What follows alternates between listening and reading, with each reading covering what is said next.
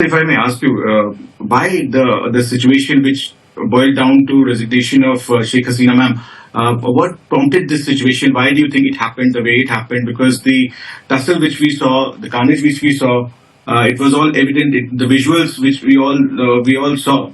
So, what's your take on that, and why it happened according to you? I now firmly believe this was instigated by a small group and most likely by a foreign intelligence agency. I strongly suspect ISI. If you'll notice that the protests really did not, there was no reason for the protests in the first place to continue because the quotas were not mandated by our government. The quotas were restored by the courts, by a court ruling. Our government had lifted the quotas many years ago, in 2018 or so, when the first quota protests happened. So at first when the protests started, the protests were peaceful. Our police was providing security for the protesters, keeping them safe. And then they took a statement of my mother's where she said that we don't want Rajakar's families getting jobs. They took that statement and twisted it saying that my mother said that the protesters are Rajakars. My mother never said that, but this was spread online.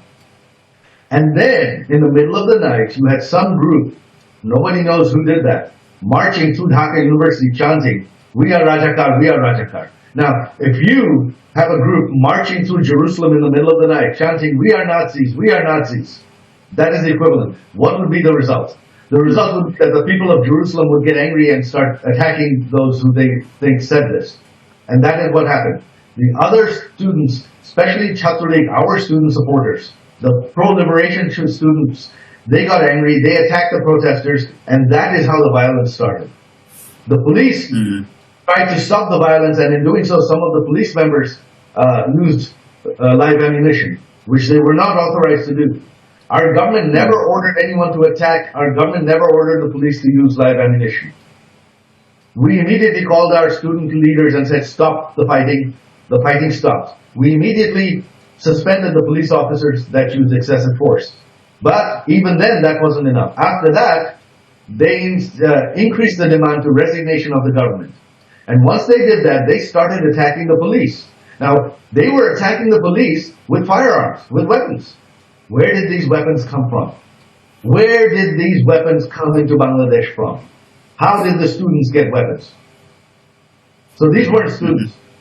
This was a mob, this was a militancy that was instigated to try to overthrow a democratically elected government. That is what happened. My mother left because her security forces, the Prime Minister's security forces, the Special Security Force, the Prime Minister's guards, they were heavily armed, they were prepared to guard the Prime Minister's residence, Gol. But if the protesters had marched on Gol, hundreds, if not thousands of them would have been killed. It would have been a massacre. And my mother did not want a massacre. That is why she left.